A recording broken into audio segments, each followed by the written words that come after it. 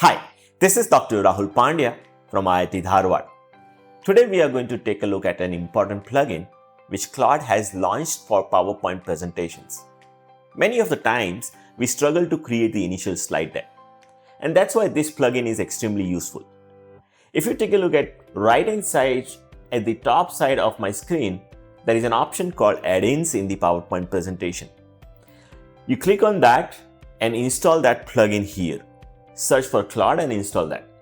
I've already installed and given the respective permission for the Claude plugin. Now you can see at the top side, click on Claude. You will see the interface like this. We want to create a slide deck on a specific topic.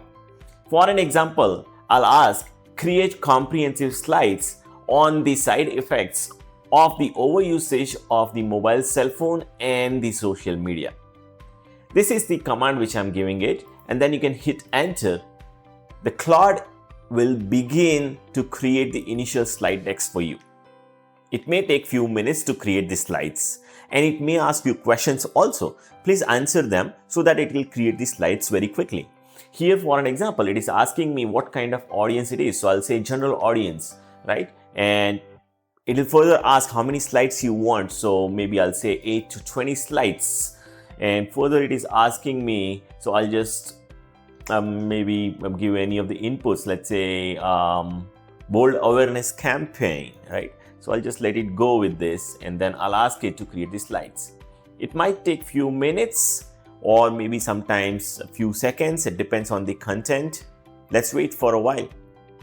It has taken around 5 minutes to create the slides. As it committed, it has created around 20 slides. It is still working on and finalizing the slides. You can take a look. The slides are pretty much a good start, and you can get started with it. Please note that there could be some mistakes in the slides which we have to verify it manually. However, it will reduce your initial struggle in creating the slides. That's all we have for today. Keep learning. See you in the next video. Bye-bye.